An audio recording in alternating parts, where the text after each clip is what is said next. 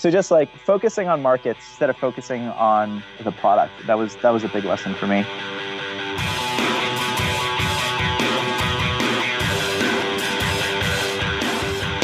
Hey, podcast listener, you're about to discover insider tips, tricks, and secrets to making more sales and converting more prospects into customers with email marketing. For more information about the Email Marketing Podcast or the Autoresponder Guide, go to dropdeadcopy.com/podcast. Hello, it's John McIntyre here, the Autoresponder Guide. It's time for episode 97.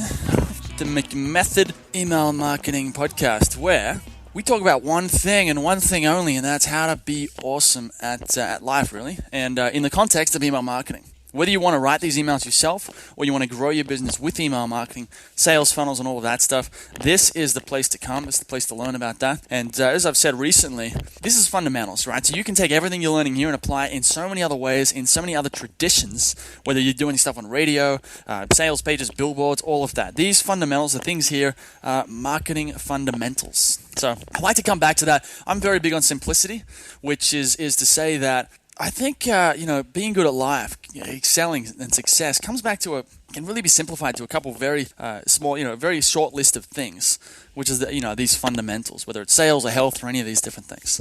And I find, thinking that way makes it really easy to figure out what to do, because it's just like, well, there's only like a couple of things here, like have empathy, talk to your customers regularly, and make offers. That's it. That's really what we're talking about here. Talk to your customers regularly with that email autoresponder and make offers regularly. Make an offer, tell them, hey, look, give me a call, and for $100, we'll do X, Y, Z for you. That's an offer. Just make offers regularly. That's it. That's just business right there. That's your whole sales funnel. Now we're just getting more complex by saying, well, you want to have 10 emails in the sequence here, and you want to have some special advanced autoresponder software here. Like, forget about all that for a second. Talk to your customers, talk to your prospects, talk to the marketplace regularly, and make them offers. That's it. Anyway, today I'll be talking to Derek Pankaew. Okay, now Derek is a friend of mine. He lives here in Chiang Mai right now, though he's taking off soon, off to go on a bit of gallivanting around Southeast Asia, as we all like to do. And anyways, he's here. Now, a year ago, I bumped into Derek, met him about a year ago, and he was making a couple grand a month doing some freelance copywriting. He actually had an information product I think it was in the dating market. Okay, and then fast forward 1 year to now, and he's got a nice little business running on Facebook doing $1,000 to $2,000. I think he's doing $1,000 to $2,000 a day right now. And that was when I recorded the interview. But now it's been about a month, and I spoke to him recently, and it's even gone quite a bit higher than that. So he's doing quite well for himself right now on good old Facebook. And today we're going to talk about that journey. Now, it's not just about the Facebook thing he's doing, though you will hear about that.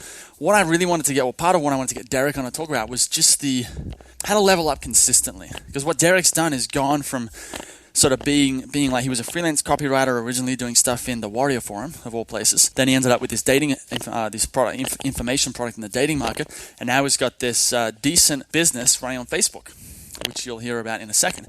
So, and what I really like about Derek is that he keeps taking what he has and using it to get to the next big opportunity. Using that to get to the next big opportunity. He's really, really good at doing that. And so we're going to talk about that, how to level up consistently, what the Facebook stuff is, and also some of the freelance copywriting stuff, because he had a really nice way of finding clients, finding freelance copywriting clients. And I know that there's a decent amount of people who listen to this, maybe it's you, who want more clients. So anytime you can find out about how to get more clients, well, this is going to be one of them. So to get the show notes for this episode of the Email Marketing Podcast, go to themcmethod.com/97. Now, this week's McMaster's Insight of the Week, very simple, how to write emails fast. I've got someone working for me right now, and he emailed me about a week ago. He'd just done some work for me, and he wanted to know, how do you write emails quickly? Because the emails that he'd written had taken him quite a while, and it was a bit exhausting and things like that. I said, well, get on the phone. We had a chat about it, and it was really simple.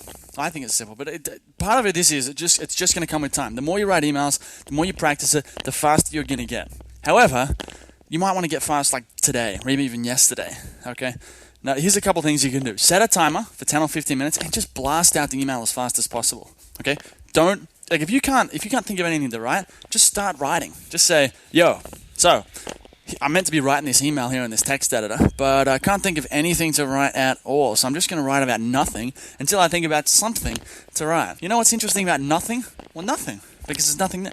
Like, you can just I would call this talking shit. Okay, it doesn't mean anything. But what it's going to do, it's going to unplug that that hole in your brain where all the writing and creativity comes out. If you can't write, force yourself to write nothing.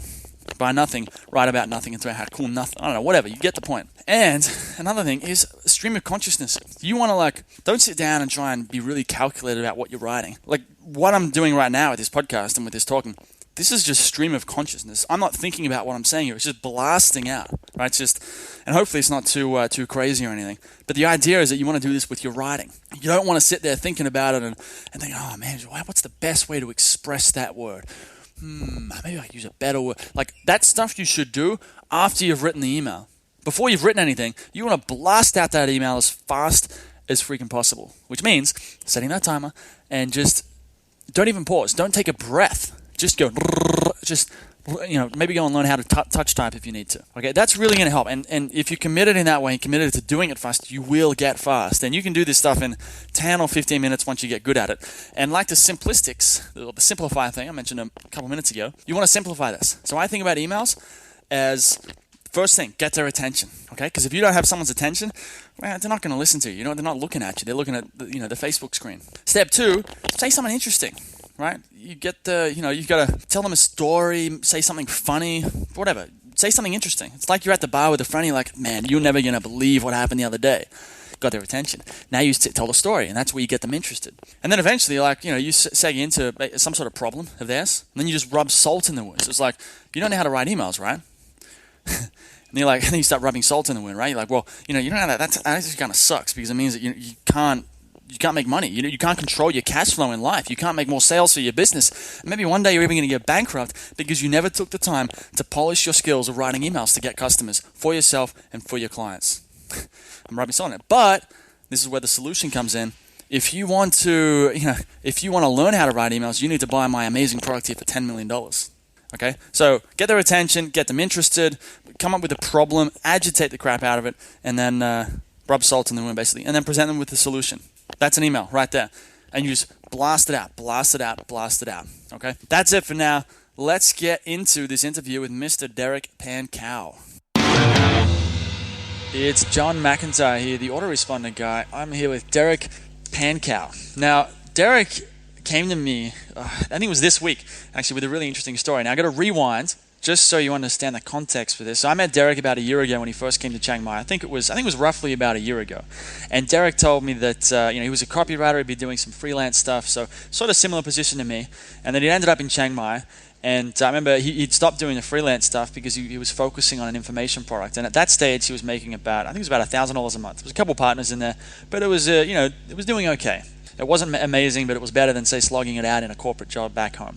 And then I asked him at the time, I said, how about, do you want to do a podcast sometime? We can talk about some of the marketing you're doing, the copywriting you're doing for this information product, and we can just make a podcast out of it. I'm always looking for new content. And he's like, no, I don't really feel comfortable right now. It's not, he just wasn't interested at that stage. And then what do you know, 1 year later, I bumped into him a couple different times at conferences, and he's been around Chiang Mai as well. And I mean, this is just to wrap real quick on Chiang Mai. There is tons of people here doing this kind of stuff. So this isn't some far-flung place of the world, though it might sound like it. There's internet people, there's e-commerce guys, there's sales funnel, and there's just everything. So anyway, Derek comes to me like a week ago and says, hey, are you still doing the podcast? I'm getting some really good results, and I'd love to get on there. I've started doing some marketing and on Facebook ads, and I'm doing 1 to 2K profit per day. So 1 year later, he's doing more than double what he was doing a month before, but now he's doing it every single day, which is pretty damn impressive. So I was like, yeah, hell yeah, let's do this. Let's make a podcast out of it. So we just had a chat about what we're going to talk about, and we're going to run through the journey, the transition stages, bit about how to get clients, and also long-term thinking. So there's this. I think this episode is going to be pretty packed with goodies. This is quite a long intro. Derek, how you going, man? Hey, how's it going? Good to have you on the show, man.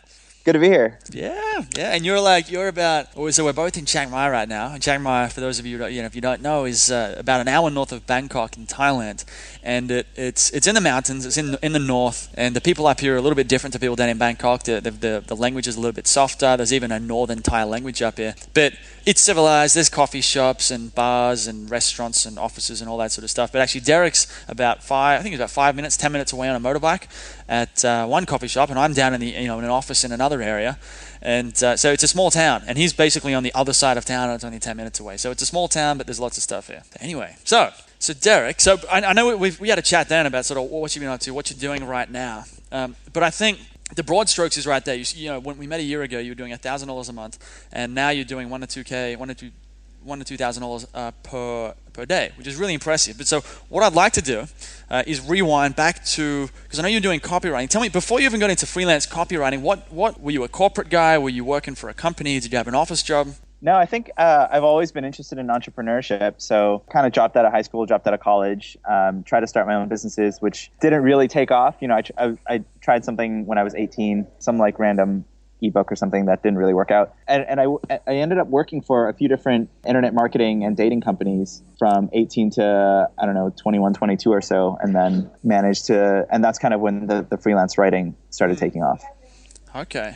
So it's kind of interesting because I think there's a lot of people out there in the world who there's this shift going, there's sort of rippling across the West right now where people have bought into the idea we've got to have university degrees and office jobs to really make a career out of ourselves. And in some ways, that's a valid path.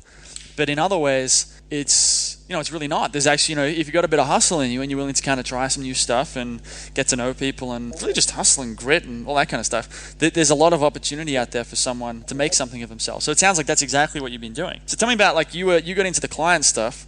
You're working for some of these dating companies, so you probably got a taste of what marketing and copywriting was like. And then at some point, you decided you were going to quit, basically to up and leave and go, I'm going to do this on my own. And now I don't have to have a job, so I don't have to have a boss, so I can kind of be my own man. So what happened then? And there was probably a bit of a transition period. And then you said you actually had a pretty simple process for how to get clients. Yeah. So I was doing both freelance copywriting and freelance content writing. For me, the copywriting always, I never figured out a way to make that consistent. I'd meet someone in person and we'd talk about copy, and sometimes I'd get a gig for $1,000 or $2,000, but I never managed to get that stream of income consistent.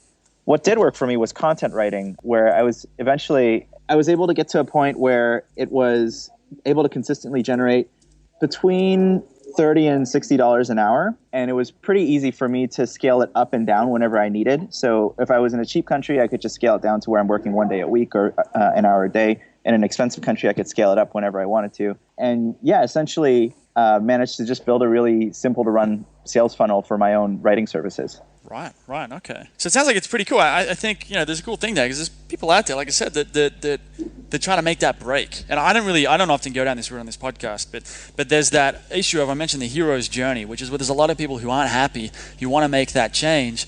And they don't know anyone who's done it. They don't really know how to do it. So I think there's so much value in hearing a story from someone like yourself about sort of how that happened. So tell me a bit more about like the Warrior Forum stuff, because I know you said that you had this how to get clients consistently. I know you said you can get it, but how did you do it? Yeah. So for the listeners who don't know what the Warrior Forum is, it's basically an online forum where a lot of internet marketers hang out. So everyone from copywriters to website owners to people doing SEO to just kind of like, it's like a giant gathering place for people in the internet marketing community. So I decided to offer writing services. I tried, using my own social network. I tried using Elance Odesk, which really just the amount of money you can earn on those sites is just really low. And then I was on the Warrior Forum, and as I was looking through these threads, most people are trying to compete based on price. So the median price per article was about $7, and most people are just trying to bid lower and lower. And reading through the samples, reading through the different threads, I just wouldn't hire any of these guys personally. Like, I'd worked for a few companies at this point, and I knew that nobody that I'd ever worked with would hire these guys. It just felt so cheap. So I decided, I'm going to position myself as the upper end of the market. Instead of charging $7 a piece, I started off just charging $15, $16 a piece. And then I booked myself out really quickly. And then, I just basically upped the price until clients didn't want to pay me anymore. So yeah, my headline was the most expensive writer on the Warrior Forum. And then the whole sales letter was just social proof of proof that I could get them ranked. So I had screenshots of articles that I ranked before. I had names of people that they'd recognize, or companies, or the people that or people I've written for who've worked with companies that they recognize. So I wrote for a real estate agent who worked with Remax. So I kind of worked that in there. Someone else who'd worked with Tony Robbins. So just kind of use as much social proof as possible. Yeah, and then I just positioned myself in a different way from the whole market. And I think that was actually what actually fulfilled a need that a lot of the people on the Warrior Forum were looking for, but just couldn't find anywhere among the other writers. So I think I was one of, when I first started doing this, I think I was the only person positioning myself this way. And by the time I finished, I think there were maybe 2 or 3 other people. But yeah, I was literally charging 4 or 5 times what the market was charging and completely booking myself out whenever I needed more work. So yeah. I think the interesting thing there is not because I think it would be quite difficult for someone to listen to this and then go straight back to the Warrior Forum and do the same strategy. But I think the really cool takeaway from that is that you don't have to compete on price. And not even that, it's kind of, I love this idea of like the headlines, like the most expensive copywriter on the Warrior Forum. Because some people everyone's going to look at that and be like, what the hell? Who even says that? And you got their attention. And then they're going to go down and they're going to think, well, why is he the most expensive guy? So I think one of the lessons here is that people, I think it's just that when you get into some of these games, like it's like, oh, I can't charge too much. Everyone else is doing this, so I've got to do it that way. And you really don't. You can do it anyway. I mean, you can charge people. You can charge way more. You can charge a little bit more. You can diversify, or position in a different way. So this is the whole thing with positioning. I remember, it was like middle of last year or so. Well, maybe the start of last year was when I decided to go down this autoresponder guy, and because I thought there's all these copywriters out there, and they're all pretty standard. They're just copywriters. And so if you want to hire a copywriter, well, you hire a copywriter. And generally, it's not like this. But generally, there's this issue where copywriter is a copywriter. It's not like that, but that's sort of what it can start to feel like. And I was like, what I want to do is I want to find a way to get people so they think when I need some emails, who's the guy I think of? And so I was like, well, I want to be the autoresponder guy. So then that meant that if someone just was, let's say, I'm looking for a copywriter to write a sales letter, it means I don't get recommended. But if someone says, hey, I need an email autoresponder, do you know anyone? There might be 5 copywriters out there that they know that can write emails, but there's only one autoresponder guy. So that person's going to go, oh yeah, I know this guy's name's John. He specializes in emails. Even though I'm the exact same thing as the other copywriters, by calling myself something different, by positioning myself as different, it changes the frame. And it's such a valuable lesson. It really changes everything, as it did for you and as it did for me. Totally. So all right. So we did that. So that's how you got the clients. That's how we did that. And I mean, one thing is probably worth taking away too is like if someone wanted to go and get clients like that, there's probably the opportunity to go into the Warrior Forum and even other forums. And I know I've been quite in the past I used to post a lot in the DC, which is I think a community we're both in, and I ended up getting a lot of clients out of that just by posting in the forum and making it known that this is what I did. So there are quite a few ways to. It's kind of like you put yourself out, you kind of figure out a way to position yourself, and then you really just got to put yourself out there. And it is quite an easy way to consistently get clients. So, moving on, so you did the client stuff, you were doing that, and then you decided to get into the info products. So you had an info product in the dating space, it was doing about $1,000 a month. And then what's changed now is you started doing some marketing on Facebook, and now you're doing $1,000 to $2,000 a day. Now, one thing I want to point out here before we kind of dive in is that some of this is going to be it's big numbers, but some of it's quite short term. It's a bit of a grind. We'll talk about this in a minute, but it can be a grind and it can be a little bit short term. So one thing that's worth focusing on for the listener is the long term, how to short term thinking and long term thinking, and how it's okay to go and milk something for all it's worth in the short term, but it's also wise to have a long term plan, to have not so much a backup plan, but to have a strategy where the short-term play fits into the grand strategy. So, and I think that's what you're doing beautifully here. So tell me about, where are you at right now? What are you doing? And what's the game plan? Yes, so right now I'm selling mostly T-shirts through Teespring and through Facebook advertising. Basically, the way it works is I look for small markets that tend to be underserved and create interesting-looking T-shirts that might be funny or sassy or just kind of epic, and then have those shirts displayed directly in their newsfeed, and get a really high percentage, like between 4 to 10% of the people who see the ad will click on it, and then between 8 and 13% of the people who see the shirt who land on the landing page will end up buying. So just creating very, very targeted T-shirts and then getting them in front of the right people using Facebook ads. Nice. Nice. I love it. So I one thing, because we've, I've met a few people doing this, and there's some big numbers going through. But tell me, like, is it a grind? Is it something? Is like, number one, is it easy? Because I know that someone's going to listen to this and think, wow, that sounds really easy. I'm going to go and do it. So tell me, is it easy? How much time are you putting into this? I think it's not easy. Like, it's actually, to do this business model is requires so many different skill sets. I think it's really like, if you've been in internet marketing for a little while, it's a great way to make some really quick money. But if you're just getting started, I think it's actually a terrible business model to get into, because you really got to understand paid traffic, you got to understand analytics, you got to understand Photoshop and design, you got to understand like all these different things and be able to put them together. And yeah, even with those skill sets, I'm currently working at least 12 hours a day. I mean, yesterday I got in the office at 8 a.m. I left at midnight, and I mean, I'm okay doing this because I'm only going to be doing it for 2 or 3 months. But yeah, it's definitely a lot of work, and like, because you don't stop running your campaigns on the weekends. So even on the weekends, I mean, I'm not launching any new shirts, but I've still got to check, because I'm spending between $700 to $1,800 a day on Facebook right now. And if I'm spending $1,800 a day on Facebook, I'm not going to not check it. That would just be stupid. So yeah, even on Saturday, Sunday, I've still got to spend, a couple hours just looking over the data. Am I leaking money anywhere? Did anything stop making money that was making money before? Like, I have to keep my finger on it. So it is kind of, it's a somewhat stressful business to be in, definitely. And I think there's an interesting side of it. I actually tried this. I had a friend, another guy who was doing similar numbers to you. This was maybe 3 or 4 months ago, I think 6 months ago. And I've tried for a long time to shut down that sort of opportunistic, like chase the pot of gold at the end of the rainbow. But he told me about it. I was like, man, I'm going to go try that. And I remember I spent about 2 hours one afternoon and set up 10 campaigns and was like, this sucks. So I didn't, I tried, but I didn't have the persistence to, there's no way I could have done it for 10, 12, 14 hours a day. I got bored so fast, which is sort of like, that's the interesting thing about this situation that you're in. And we'll get onto the long-term stuff in a second, because there's been a lot of smart people in my life that have told, said, don't go chasing the short-term stuff. If you mention like a Teespring idea to a seasoned business person, a lot of them are going to say, don't, like, it's a waste of time. It's so short-term. That's before you try it. If you get to the point where you're making, say, $50,000 a month, it's going to be a different story. But there's sort of this aversion in the business world to short-term stuff.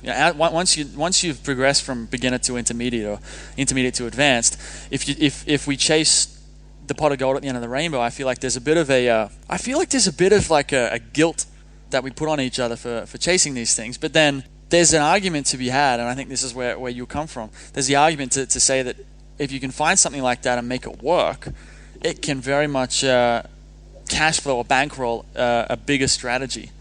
So it sounds like that's what you're doing. So tell me about the long-term play here, that obviously you got the short-term, you're grinding it out for 12, 14 hours a day, and you don't really get a day off because so much money is going out the door. But there's big money in it, there's a lot of profit. And there's a way, as you've told me, is to how you're making this into something that's going to be a lot bigger than just T-shirts. So tell me about that. Sure, yeah. So what I really love about doing the Facebook ads is that gives me a lot of data. So we're launching about 8 to 10 T-shirts a day right now. So that's about 40 to 50 shirts a week, 200 shirts a month, something like that. And across all those shirts, I'm bidding on a number of different targets in Facebook advertising. So I get to see exactly what markets are converting. And not only what markets are converting, I can see which markets share the most, which markets are the most viral, and which types of people within those markets tend to buy and tend to share. So is it women? Is it men? What age groups? What type of things are they interested in? So if I'm targeting someone who's interested in golf, is it the type of person who watches golf on TV? Is it the type of person who buys high-end golf clubs? Is it the person who's reading golf magazines, right? So I can see what kind of person is helping make things go viral and what kind of person actually buys things. And then out of the 200 markets that I'm doing per month, I might pick just 3 to 5 that I decide to develop more further. And I'll use those markets to build up fan pages, build up email lists, and market, for now, more T-shirts. But in the not too distant future, I'll definitely be marketing other products, training courses, info products, and eventually launching my own physical products. I think my ultimate end game with all of this is to build up really big fan pages, really big email lists, and using those to launch products on Amazon.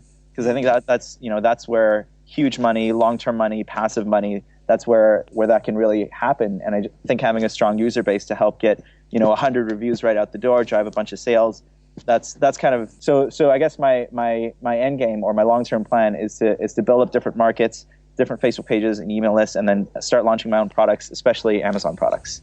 I like it. One thing I think is cool here is that this highlight underscores sort of maybe like a key tenet of business, or just sort of how the game goes, which is where business is really taking, I think it's a French guy who said it, but basically taking resources from a lower area of yield to a higher. So that's like going from like Teespring, which is a decent area of yield, because it's short term, you're going to burn out. The lifetime value on a Teespring customer, one t-shirt's worth, probably $10, and you got like $8 profit, for example. But if you can say take the resources generated within that arena, which is also generated from probably copywriting and marketing skills, paid traffic skills that you built up before that. So it's kind of like each stage.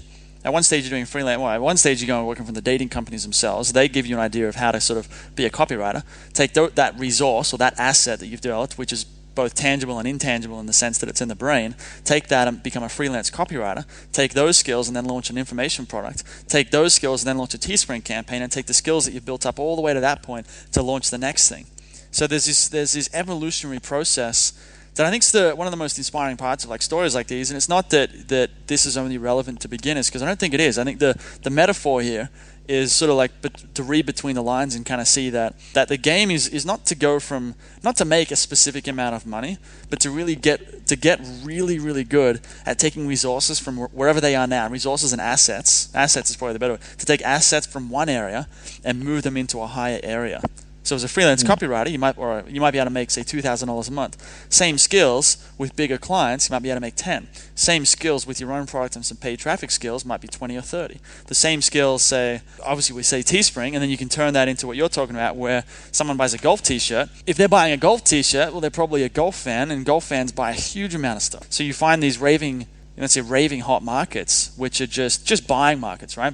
Markets that love to get their credit cards out and buy stuff, because there's a lot of them out there, but sometimes they're hard to find. And sometimes what appears like it's going to be one of those markets doesn't end up being like that. So what you're getting, I think, is one of the most valuable parts of this Teespring stuff, is you're building a list of buyers. I think that's the coolest part. Yeah, totally. A list of buyers as well as a list of markets that convert. And I'm getting paid to build this data as well. Yeah, I mean, it's a pretty badass position to be in. Well, tell me, what are some of the lessons that maybe some of the lessons or some of the mistakes you've kind of worked through on your way, with the Teespring stuff and what you expect going forward? A lot of so I've learned a lot in terms of paid traffic and paid ads. I don't know how much detail you want me to go into that, but definitely one lesson that I've learned is being really focused on markets, because I used to be focused on the designs, the templates, the phrases on the shirts, and now I've just learned like a fantastic slogan and fantastic design to a market that doesn't buy just doesn't do anything. And even like a so-so shirt that's targeted towards a market that's hot will buy. So really just focusing on the markets, which really did change how I run my business, because I used to just launch all my shirts from one fan page, and now I build separate fan pages for everything I launch. That way, if one does take off, and people start, if I run a shirt on one page, they're going to like the page even if there's nothing on it except the shirt, and that already starts to give me a few hundred people on the fan page to whom I can bounce ideas off of, or ask like, hey, we're thinking about launching this shirt, or hey, these are 3 designs that we're thinking of doing. Vote A, B, or C, and we'll make the one that we like the most. Or hey, what are some of your favorite lines that you'd like to see on a shirt? The winner gets a free shirt sent to them. So I get free ideas that way. So just like focusing on markets instead of focusing on the product. That was a big lesson for me. That's a key one that comes up, and I've read that, and I think everyone kind of finds that at some point in the journey, is that you realize somewhere along the line that the product matters, but what matters more than anything is do the people actually, do they have a problem in the first place?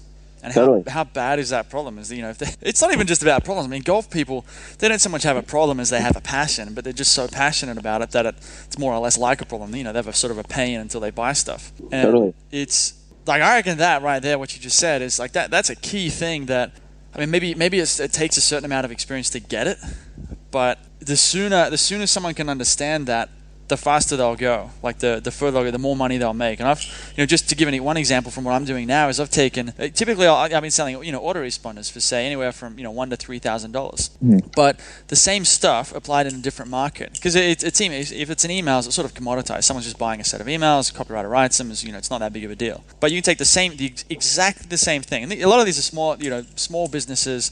Maybe they have a product that they're selling, or maybe they're about to launch. And on the other side of it, though, is you've got, say, a company that sells luxury bathrooms, for example, for $40,000 a pop, and they've got a $10,000 gross profit margin, right? So then they've got a list of 1,500 leads that asked for quotes but never got closed. And then we go, all right, well, why don't we send out an email campaign of just 6 emails out to that list? We convert, say, 1% out of the whole thing, which is 15 leads, which is a pretty terrible conversion rate from a fairly warm email list. You get 15 leads at 40 grand a pop, and you make $600,000 for that company at 10 grand gross each. You're making $150,000 gross profit to the bottom line of that business with 6 emails. So then the question is, how much is that email sequence worth? Because the funny thing is, if I'm talking to the CEO or the director of a company like that, he doesn't want to spend. If I told him, I'll charge you $2 grand for this, he's going to laugh at me and then tell me he's going to go and hire someone who actually knows what he's doing, because $2 grand's way too cheap for what it can actually do for him. So what I can do, what would make a lot more sense, if he's about to make, say, $150,000 gross profit, it would make more sense for me to charge him $20,000 or $30,000 for him to make the $600,000. That would be more in line with the offer. And so the only thing that's changed there is it doesn't cost me anymore to get those emails written, but it makes, because the market's changed from like a small online business that, say someone selling an ebook, to a company that's selling $40,000 every time they make a sale, they make $40,000. And so just by changing that one thing, that market with a different problem or a different situation, the money that's going to come in from that is absolutely, like, utterly different. Wow. It's crazy. That's cool. I mean, yeah, I've never even really heard of copywriting being discussed at the corporate level before.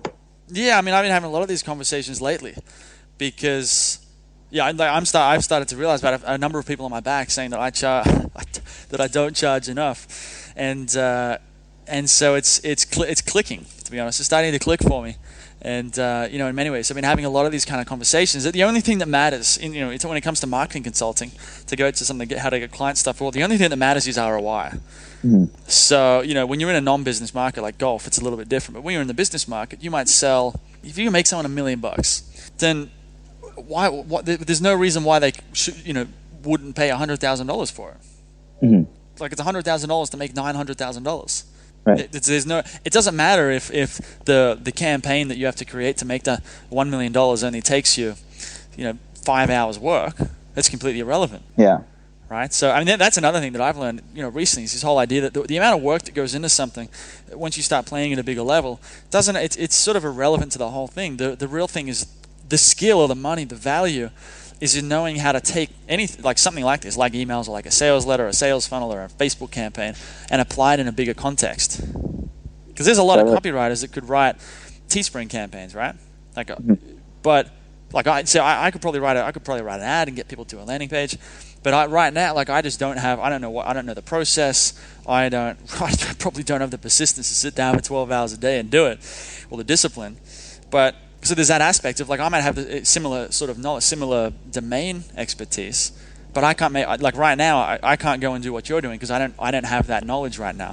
So there's the value in business is often just knowing where to apply certain things, knowing how to apply a sales funnel or emails or Facebook ads in an explosive context. Mm. Can I share one more lesson that I've learned? Go for it, man. Cool. So I learned.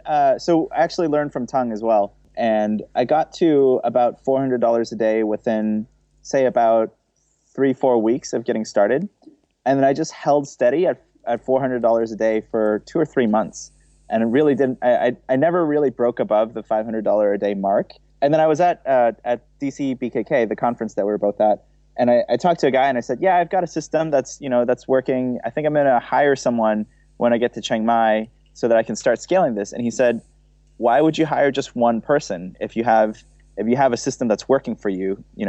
If you're going to scale this, then scale it. Why would you hire one person? So, that really got me thinking. So I hired 2 people right out the gate and then hired a third person a week or 2 after. And it was basically within 2 weeks of hiring these 3 people that I broke through $1,000 a day. And then the same week broke through $2,000 a day. So it was just, I think there's a tendency for me to want to be cautious with, like, okay, I want to move forward, train one person, get everything ready, and then take on the next person. When really, like, and I mean, this might not be a factor if I was staying in one place for a long time, but realistically, I'm only going to be in one place for 3-4 months at a time. So if I only have 3-4 months to make as much money as I can, then I really do have to just like hire 3 people right away, scale it, and then move on to the next phase of the business once I'm done here. Yeah. It's pretty badass, man. It's kind of funny when people talk about scaling, like, you want to find some software or set up the tech side of it to scale properly. But then what you want to do is often it comes back to things like just hire a couple people. Yeah. Like people scale a lot better than, well, it depends. If you Google, it's probably a little bit different, but hiring a couple people is one of the quickest ways to scale, at least initially. Totally, yeah. As soon as I'm doing something, I want to look for ways to not be doing that thing ever again. Yeah. That's the other side of business is you kind of, I guess, level up and move up the food chain. That seems to be what happens is you get better and better at doing a task once and then giving it to someone else, never touch it again. Yeah.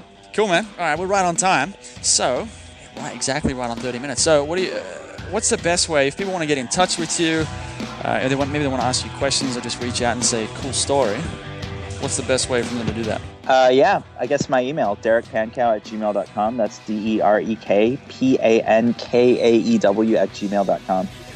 Cool. Fantastic. I'll have a link to that in the show notes, some of the notes as well at themcmethod.com. Thank you for coming on the show, Derek. Cool. Sure thing, John.